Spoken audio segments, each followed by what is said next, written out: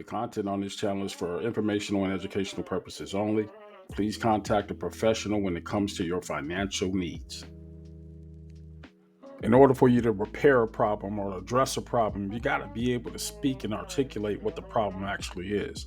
And the problem when it comes to wealth creation for African Americans within the United States, and to all my viewers in other countries, before you come here, understand that there are some barriers that are going to keep you in, and just look at what's happening to this community and understand where you play in. Now, I understand full well that other communities can come to this country, pool their efforts, not even so much pooling their money, pool their efforts, pool their communities together, and get on about the business of creating their own wealth and keeping it within their community. We simply do not do that in the African American community as other ethnic groups do. Now, that said, there are barriers and have been historic barriers that the African American community have shouldered. In order for you to come over here and do what you do, we've had to fight some fights. But some of those instances or those problems still exist, and it still hampers development. Now, to my listeners, we're talking about the number one generator of wealth in our community. By over 90% of the wealth that we accumulate comes from one source and one source only, and that's home ownership.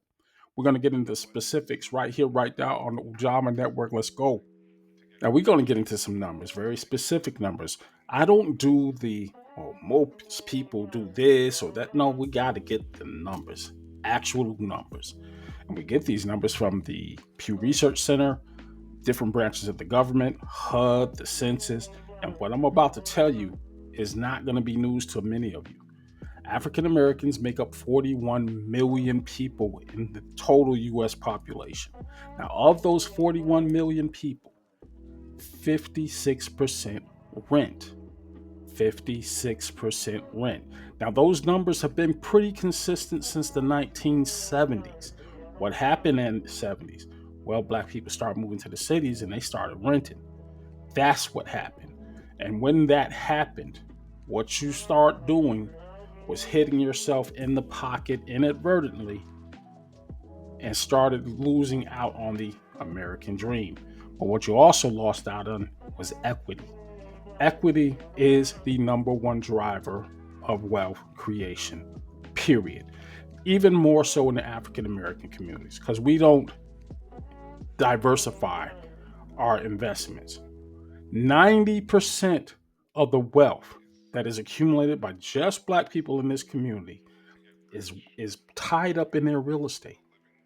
That is simply it. It's not businesses, it's not income through your jobs, it's not stocks, it's your home, it's property, it's that asset. That is a good thing, and it's also a bad thing. Why is it a bad thing? Well, you don't diversify, everything is tied to that home. Anything happens to that home, so goes your wealth. And it is one of those things that we have to make sure we protect so we can broaden our investment struggles. Now, that said, with 56% of us renting, what that means in very real terms is according to the video I did yesterday on the benefits and the takeaways from the one big beautiful bill. Key provisions in that bill had to do with the mortgage interest rate deduction that you're going to get. So right off rip, 56% of African Americans in this country just missed out. Let that sit for you in a sec. Just let that sit and marinate for a second. Half of African Americans have just missed out on a key provision in the one big beautiful bill. Now, I'm not one to do the racial thing, but I'm just going to give you the numbers. What is the percentage of all home ownership in this country on a racial line? 75% of all homes in the United States of America are owned by 60% of the population. That 60% is the Caucasian Americans. Now, this is not an indictment on the overall racial makeup of home ownership in this country, but what it is showing you that there are several factors that go into it. Unlike the African American community, Caucasian Americans in this country are more diversified. Most of our wealth is tied up into real estate. That means if anything happens, we're hit. That's the flip side in the Caucasian American. Only about 20% of their population worries about their equity in their home. They have more diversified interests, more stocks, more bonds, more ownerships, and every other thing that makes your wealth portfolio great. With our limited access to funds and the barriers that we're going to get into right now, these are the things that not only keep you out of home ownership, but make sure you are repeating the cycle so that you're feeding that 75%. You understand what I'm saying? With those facts out of the way, we shift the discussion over to the renters. And what are the obstacles for renters getting into the home market? Well, it doesn't take a rocket scientist to understand that the cost of rent is tied to you not being able to save. Now, there's a couple of budgeting rules that I need you to be aware of: the 50/30/20 rule, and particularly the 30% rule. What is a 30% rule? 30% rule is simply this: do not spend more than 30% of your after tax income on your housing. Let me repeat: 30% of your after tax income on housing. Now, that may seem a little bit daunting. So, we're going to run down some numbers for you so you understand dollar by dollar what that actually means. Now, what I'm going to show you here is an hourly wage breakdown. That's all this is. How much do you make per hour? I've got it pegged at $15 all the way down to $35 an hour.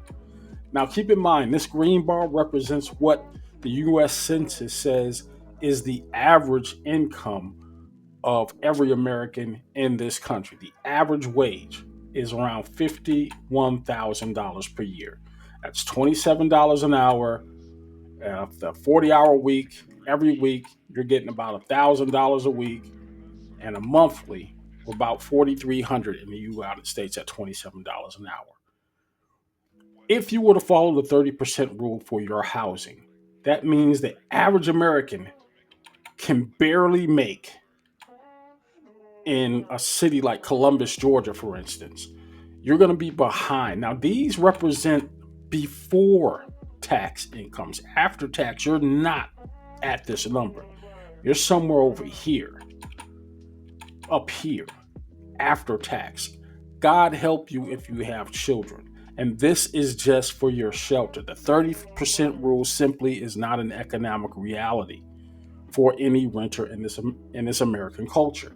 Now, even if you are making $35 an hour on a 40-hour work week, more Americans are working more than 40 hours a week. These are actual numbers. Now, how am I getting these numbers? I'm taking your hourly wage and I'm multiplying it by 40. That's how much you make in a week. I'm giving you 4 weeks out of a month. That's your monthly income on average before taxes. Annual is this times 12. $28,000. It's above the poverty line, but it's well below where you need to be. Reason being, if you're only spending $720 on your rent, if you can find such a place, where is that going to look like? What kind of place is that? You have to look at these numbers and do this for yourself. This is a real quick, easy budget that I want you to kind of take into heed. Now, as you saw on my spreadsheet, I had a 50% rule column as well. Now, the 30% rule is called cost burdened finances. That means you're spending 30% of your income on your shelter. 50% is what we call severely cost burdened. Those are both really big factors and barriers to keeping you out of the home market because you can't save a down payment. So, With that said, you are cut off of any wealth generation because you're not building any equity. You're paying out significantly more money to your basic needs than you can really afford because currently rents are just way too high. Your Most Americans are not making $35 an hour. They're just not. Even if you supplement your income with something like social media, you're just having to hustle all the time. And this at a time when people don't want to go 50-50. Now, you'll do 50-50 with a roommate for the time being, and then move on if you can save up some money. But that gets old too. Trust me, I've been there, but I never did the roommate thing. Just couldn't do it. Um, just not happening. I'm not splitting bills with people. I can't. I'm just not built that way. That said, if you're in a position where you can, that's the only way you can make it right now. I think that's the only way you can make it out right now. And that's just from me to you. You want to take those considerations in as you're trying to plot out a way to home ownership so you can get take advantage of some of these things that you're missing out on. I talked about home ownership as being the number one reason behind the widening wealth gap is because in our community, owning property is a way to equalize that. It's not coming without its hiccups and its pitfalls. Our communities are frequently regentrified. Our communities are frequently devalued. That is until it's gentrified. That means you have less access than other communities when it comes to generating income. You're paying a higher tax burden, but your property values are not always reflective of that higher tax burden. And that's one of the many tools that prohibits us, along with that 30% rule, though, being cost prohibitive, having cost burdened finances where you just cannot save. You have to understand that is the trap. And once you understand that trap, you can move accordingly. Now, I'm putting this out here because this is all pointing to the big scope of things, which is called the widening wealth gap. There is a huge gap, and it's only getting bigger between our community and others. You don't see this in Asian American communities. You don't see this in many other communities. We see it here. There's a reason for it, and these are one of those reasons. Probably the biggest reason. I want to make sure that I don't come across as coming down on renters because you got to do what you got to do. But understand, doing what we got to do has gotten us into this situation in the first place. We have to start reprioritizing structures in our communities. There is little to no reason why we have to keep beating our head against the wall to try to make ends meet. As you can see, unless you're making 40, $50 an hour, you really can't afford that apartment you're sitting in anyway. There's got to be another way. And without you having to spend so much time grinding on the hustle to try to make something out, all we're doing is literally either waiting for a lottery win or, having that hit record come out. We in the studio all the time. Whatever hustle you got going on, it is what we have to to gain off of that quick lick versus a consistent pattern of investing or purchasing wisely, prioritizing your purchases, making sure that, hey, if I got to live in a 600 square foot shack, that I'm going to be comfortable there and I'm going to own that 600 square foot shack until I can get a 1200 square foot shack. You feel me? This is the opportunity we have to take advantage of. Let me know what you think, whether you're a homeowner or a renter. Let me know, renters, what is the obstacles that you're facing right now, as far as what's keeping you from saving the money. And I know we've gone over a great deal of stuff, but understand you're cutting yourself out of everything that bill had to offer. There is no cost benefit for you in that bill. 50% of African Americans, actually 56% of African Americans, it doesn't even apply to you. Keep that in the back of your head when you get ready to vote this summer. And again, that was a bipartisan bill. So both parties are complicit in knowing that this bill only goes towards certain groups of people. Understand what game is being played, and I'll talk to you later.